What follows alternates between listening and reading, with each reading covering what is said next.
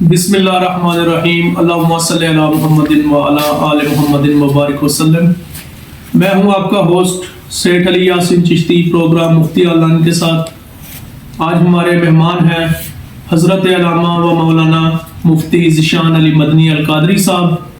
آج کا ہمارا پروگرام کا موضوع ہے درود پاک کی فضیلت۔ تو مفتی صاحب کیا حال ہے آپ کے؟ ٹھیک ہے۔ تو ہمارا پہلا سوال تو مفتی صاحب درود پاک کی فضیلت احادیث کی روشنی میں بیان کریں۔ بسم اللہ الرحمن الرحیم۔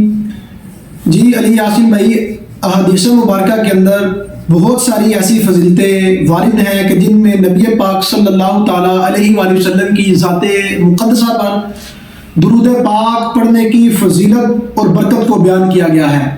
ان میں سے دو حدیثیں میں آپ کے سامنے پیش کرنے کی سعادت حاصل کروں گا۔ ابن ماجہ شریف کی حدیث مبارکہ ہے، حدیث نمبر 1636 ہے۔ ان اوس بن اوس قال قال رسول اللہ صلی اللہ علیہ وآلہ وسلم ان من افضل ایامکم یوم الجمعۃ فیہ خلق آدم وفیہ النفخۃ وفیہ الصاعقۃ فاکثروا علی من الصلاۃ فیہ فإن صلاتکم معروضۃ علی۔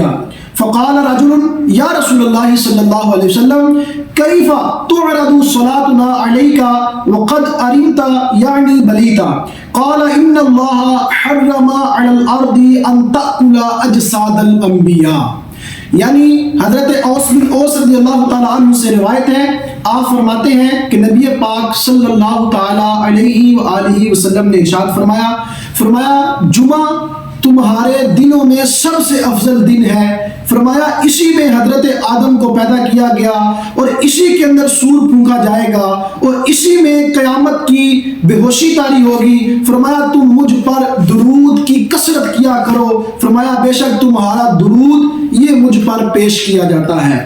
ایک شخص نے عرض کیا یا رسول اللہ صلی اللہ علیہ وآلہ وسلم، جب آپ دنیا سے تشریف لے جائیں گے، جب آپ دنیا سے ظاہری پردہ فرما لیں گے تو تب ہمارا درود آپ تک کیسے پہنچے گا؟ تو نبی پاک صلی اللہ تعالیٰ علیہ وآلہ وسلم نے ارشاد فرمایا ان اللہ حرم علی الارض ان تأکل اجساد الانبیاء۔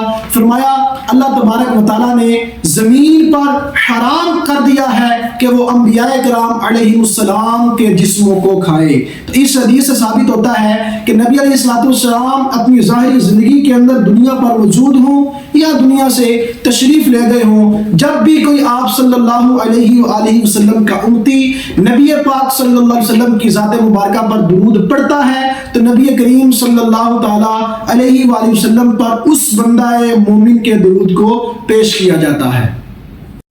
اسی طرح جامع ترمذی کی ایک روایت ہے، حدیث نمبر 486 ہے، عن عمر بن الخطاب رضی اللہ تعالی عنہ قال ان الدعاء موقوف بین السماء والارض لا يصعد منه شيء حتى تصلي على نبيك صلی اللہ علیہ وسلم۔ حضرت عمر بن خطاب رضی اللہ تعالی عنہ سے روایت ہے، آپ فرماتے ہیں کہ بے شک دعا زمین اور آسمان کے درمیان موقوف رہتی ہے، اس سے اوپر نہیں چڑھتی حتیٰ کہ تم اپنے نبی صلی اللہ علیہ وآلہ وسلم کی ذات مبارکہ پر درود پڑھ لو۔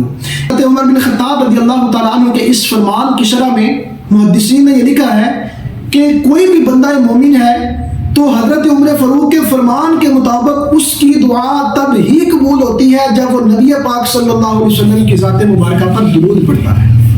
جی تو مفتی صاحب دوسرا سوال ہے ہمارا کہ درود پاک پر چند اشعار بیان فرمائیں۔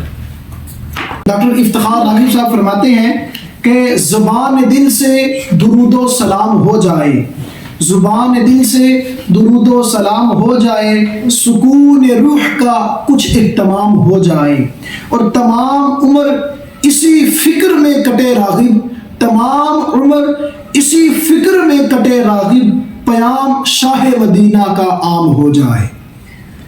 شاعر کہتا ہے ایک یہ جہاں ایک وہ جہاں، ان دو جہاں کے درمیان فاصلہ ہے ایک سانس کا، جو چل رہی تو یہ جہاں نہ چلے تو وہ جہاں، پھر ان سانسوں کی مالا میں موتی پرولو درود کے، پھر ہو چاہے یہ جہاں یا وہ جہاں، ساتھ ہوں گے تاجدار دو جہاں۔ یہ تھے ہمارے ساتھ مفتی ذیشان علی قادری المدنی صاحب.